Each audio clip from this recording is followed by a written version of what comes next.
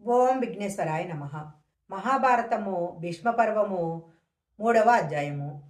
సైన్యాధ్యక్షుడైన భీష్ముడు, మహావీరులారా, క్షత్రియ వీరులకు యుద్ధభూమిలో స్వర్గద్వారాలు తెరిచి ఉంటాయి.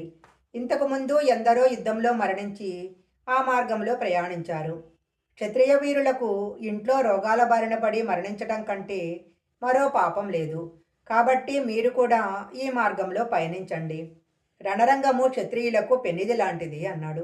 ఆ మాటలు విన్న క్షత్రియ వీరులు ఉత్సాహంగా, మేమంతా మీ వెంటే ఉండి విజయమో వీరస్వర్గమో తేల్చుకుంటాము అన్నారు. తరువాత సుయోధనుని అడిగి కర్ణుడు తన పుత్ర మిత్ర అమాత్య బంధు సహితంగా యుద్ధభూమిలో లేడని నిర్ధారించుకున్నాడు. సుయోధనుడు కర్ణుడు అతని సంబంధితులు యుద్ధభూమిలో లేరని భీష్మునికి తెలిపి అలాగే వ్యూహరచన చేయమని వేడుకున్నాడు. భీష్ముడు వ్యూహరచన చేశాడు. భీష్ముడు ద్రోణుడు పడమర ముఖంగా నిలబడ్డారు. తమకు ఒకవైపు కృపాచార్య అశ్వత్థామలు, మరొక పక్క కృతవర్మ శల్యులను నిలిపాడు. వెనుక బాహలిక సోమదత్తులు ఉన్నారు. నడుమ సుయోధనుడు ఉన్నాడు. సుశర్మ మొదలైన వారిని అక్కడక్కడా నిలిపారు. పాండవులు యుద్ధ సన్నద్ధులై రణభూమిలో ప్రవేశించారు. యుధిష్ఠిరుడు అగ్రభాగాన వెలిగిపోతున్నాడు. ధర్మరాజుకు ఒకవైపు భీముడు గదను ధరించి నిలువగా, మరొక వైపు అర్జునుడు గాంధీవధారి అయి నిలిచాడు. శ్రీకృష్ణ సారథ్యములో కపిధ్వజము రెపరెపలాడుతుండగా అర్జునుడు ధనుష్టంకారం చేశాడు. నకుల సహదేవులు అర్జునుని అనుసరించారు. ద్రౌపదీసుతులు తమ సైన్యాలతో మోహరించారు. ప్రతివింజుడు, శృతసోముడు, శృతసేనుడు, సౌభాద్రుడు తమ సైన్యాలతో రణభూమిలో ప్రవేశించారు.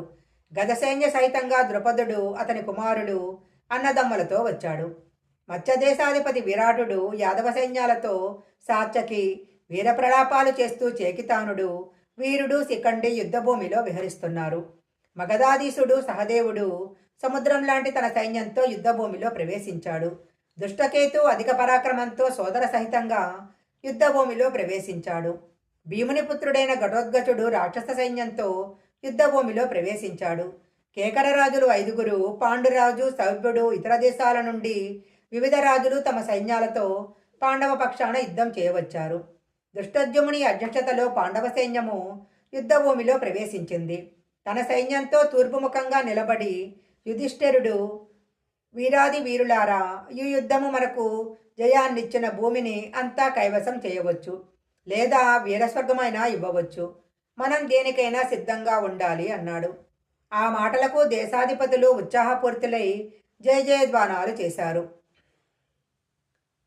ధృతరాష్ట్రుడు సంజయునితో, సంజయ, అత్యధికమైన మన సైన్యంతో పోరు సల్పటానికి అల్పసైన్యం కలిగిన పాండవులు ఎలా సాహసించారు అని ప్రశ్నించాడు. అప్పుడు సంజయుడు, అర్జున యుధిష్ఠిరుల సంభాషణ వింటే అదే మీకు అవగతమవుతుంది. ధర్మరాజు అర్జునునితో, అర్జున, కౌరవ సైన్యం బలంగా ఉంది, మన సైన్యం స్వల్పం అన్నాడు. అప్పుడు అర్జునుడు, అన్నయ్య, పూర్వం నారదుడు భీష్మ ద్రోణాదులు వింటూ ఉండగా ఇలా చెప్పాడు. అధర్మవర్తనులైన సేనలు అధికమైన, ధర్మవర్తనులైన స్వల్ప సైన్యాలు వారిని గెలవగలవు అన్నాడు. అదిగాక సాధారణ భీముని గదాఘాతానికి తట్టుకొని నిలవగటం ఎవరికీ శక్యం కాదు. అదిగాక అసాధారణ భీముని గదాఘాతానికి తట్టుకొని నిలవ ఎవరికీ శక్యం కాదు. దుష్టద్యుమ్న, శిఖండి మొదలైన పాంచాల భూపాతులను గెలవటము ఎవరి తరము? మత్స్యభూపతి విరాటుని బలం నీకు తెలియనిది కాదు. సాత్యకి, చేకితాసుల పరాక్రమం మనకు తోడుగా ఉంది. అవక్ర పరాక్రమవంతుడైన అభిమన్యుడు, మాయా విద్యా కోవిదుడైన ఘటోద్గచుడు మనకు చేదోడుగా ఉన్నారు. శ్రీకృష్ణుని తోడు మనకున్నది. నీ ధర్మనిరతి మనకి రక్షగా ఉంది. నా గాంధీవం శక్తి నీకు తెలియనిది కాదు. నీ శక్తి నీకు తెలియదు. నీవు కోపించిన దేవతలు కూడా నీ ముందు నిలవలేరు. కాబట్టి కలత చెందవద్దు అన్నాడు. అర్జునుని మాటలకు ఆనందించిన ధర్మరాజు కౌరవులకు దీటుగా ఒక వ్యూహం పన్నమని ధృష్టద్యుమ్నునికి చెప్పాడు. అర్జునుడు అలాగే చేశాడు. ధృష్టద్యుమ్నుని వ్యూహరచన ప్రకారము అభిమన్య, ఉపపాండవ, నకుల సహదేవుల సైతంగా భీముడు సైన్యాలకు అగ్రభాగంలో నిలబడ్డాడు. చేకితానుడు, సాత్యకి, పాంచాల దేశాధిపతులు, మత్స్యదేశాధీశుడు తమ సైన్య సమేతంగా ఉత్తర దక్షిణ భాగంలో నిలిచారు. నడుమ గజారూఢుడే ధర్మరాజు నిలిచాడు. అందరికన్నా ముందు అర్జునుని రక్షణలో శిఖండి భీష్ముని ఎదుట నిలిచాడు. వెనుక భాగంలో మగధాధీశుడు, దుష్టకేతువు నిలిచారు. రథములు, అశ్వాలు, కాల్బలముతో శమంతక పంచకం నిండిపోయింది. ఈ భూమిపైన బాలవృద్ధులు తప్ప మిగిలిన వారంతా యుద్ధభూమిలో ఉన్నారు. అప్పుడు ధృతరాష్ట్రుడు సంజయ, ఇరువైపులా ఉన్న సైన్యంలో ఎవరెవరు బలవంతులు అన్నాడు. అప్పుడు సంజయుడు, ఇరువైపులా ఉన్న సైన్యాలు ఎవరికి వారే తమ బలం ఎక్కువని చెప్పుకుంటున్నారు. నాకు మాత్రం శ్రీకృష్ణుడి అండ ఉన్న పాండవ సైన్యము బలమైనదని తోస్తున్నది అన్నాడు. కృష్ణార్జునుడు పాంచజన్యము దేవదత్తము పూరించగా అవి పాండవ సైన్యంలో ఉత్సాహాన్ని, కౌరవ సైన్యంలో కలతను కలిగించాయి. కౌరవ సైన్యాలకు ఉత్సాహం కలిగించే విధంగా మంగళతూర్య నాదాలు మోగించారు. ఆ సమయంలో ధర్మరాజు తన ఆయుధాలను కవచాన్ని రథంలో వదిలి భీష్ముని వైపు పాదచారి అయి నడవసాగాడు. అది చూసి కృష్ణ, సాత్యకి ఇతర ధర్మరాజ సన్నిహితులు కలవరపడి రథాలు దిగి ధర్మరాజును అనుసరించారు. ఇందరు నీ వెంట ఉండగా నువ్వు ఇలా పాదాచారివై వెడలుట ఏమిటి? శత్రువులు మనది పిరికితనమని హేళన చెయ్యరా అని సోదరులు తలా ఒక విధంగా అడుగుతున్నా ధర్మరాజు మౌనం వేడక చేతులు ముకిలించి నడిచిపోతూనే ఉన్నాడు. అది చూసిన శ్రీకృష్ణుడు, ధర్మరాజుని తలుపు నాకు తెలుసు. అతడు భీష్మద్రోణ కృపాచార్య శల్యులకు నమస్కరించి యుద్ధం చేయటానికి అనుమతి తీసుకోవటానికి వెళ్తున్నాడు. అలా చేస్తే విజయం తథ్యము అన్నాడు. ఆ మాటలు విని అందరూ మౌనంగా జరిగేది వీక్షింపసాగారు. కృష్ణార్జున నకుల సహదేవ భీమాదులతో ధర్మరాజు భీష్ముని ఎదుట నిలవగా కౌరవ ప్రముఖులు మాత్రము ధర్మరాజులోని రాకకు అంతర్యం తెలియక భీమార్జున నకుల సహదేవ ద్రుపద సాచకుల అండ ఉన్న ధర్మరాజుకు భయమేలా అని అనుకోసాగారు. ధర్మరాజు పిరికివాడు కాదు. అయినా ఈ సమయంలో ఈ రాకలోని అంతర్యమేమిటో అనుకున్నారు. మానధనుడైన ధర్మరాజు ఏం మాట్లాడతాడో, భీష్ముడు ఎలా సత్కరిస్తాడో, కృష్ణార్జునుల అంతర్యమేమిటో, భీమాదులు ఏం చెప్తారో అని పలు విధాలుగా ఆలోచించసాగారు. ధర్మరాజు భీష్ముని ఎదుట నిలిచి, మహానుభావ, మీ ఎదుట నిలిచి యుద్ధం చేయవలసిన దుస్థితి చింతిస్తున్నాను. మీ దీవెనలకు అనుమతికి వచ్చాను. యుద్ధం చేయటానికి నాకు అనుమతి ఇచ్చి దీవించండి. మీ దీవెనలే నాకు విజయాన్ని ప్రసాదిస్తాయి అన్నాడు. భీష్ముడు ఎంతో ఆనందించి, ఈ సమయంలో నీ రాక సముచితమే కాక ఎంతో శ్రేయస్కరమైనది కూడా. నీవిలా చేయకుంటే నా శాపానికి గురి కావలసి వచ్చేది. నీకు జయం తప్పకుండా కలుగుతుంది. నీ పక్షాన యుద్ధం చేయడం తప్ప ఏదైనా వరం కోరుకో, ఇస్తాను అన్నాడు. ధర్మరాజు, పితామహ, మీరు రారాజు తరపున యుద్ధం చెయ్యండి, కానీ మాకు మేలు చెయ్యండి అని కోరాడు. అప్పుడు భీష్ముడు ధర్మరాజుతో, నీ అంతర్యం వివరించు అన్నాడు.